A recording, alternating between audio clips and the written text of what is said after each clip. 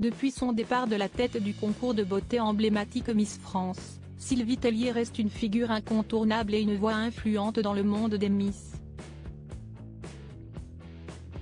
Invitée ce mercredi 13 décembre sur le plateau du Buzz Télévision, elle a partagé son avis tranché sur le tout nouveau test de culture générale imposé aux prétendantes, qui, semble-t-il, aurait été durci.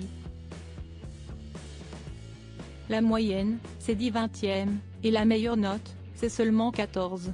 Est-ce que ce n'est pas desservir finalement les candidates que de durcir ce test ? A interrogé la journaliste. Évoquant le respect des décisions en place, Sylvie Tellier a répondu « Vous savez, l'année dernière j'ai dit que quand on quitte quelque chose, il faut aussi respecter ce qui est mis en place et s'abstenir de faire des commentaires. » Ce test, qu'il a fait, et quelle était sa vocation ? Peut-être qu'il a été durci pour que le niveau des Miss augmente. Sylvie Tellier poursuit son raisonnement, expliquant l'intérêt du test qu'elle faisait passer aux Miss lorsqu'elle était à la tête du concours. À l'époque, je le faisais pour identifier potentiellement les lacunes de chacune. C'était un peu pour cerner leur personnalité.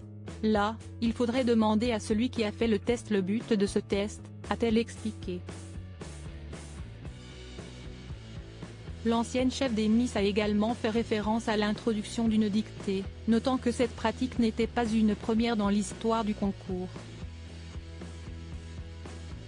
Pour tout vous dire, je l'avais retirée parce que malheureusement, et le ministre l'a bien dit, le niveau de français général de tout le monde baisse un peu, a-t-elle ironisé.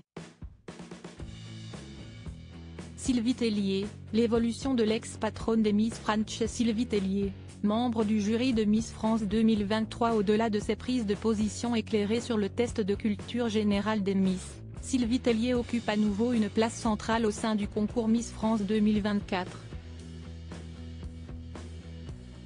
En effet, elle a été nommée présidente du jury pour cette édition tant attendue, dont l'élection aura lieu samedi 16 décembre. Crédit photo, Coadic Y.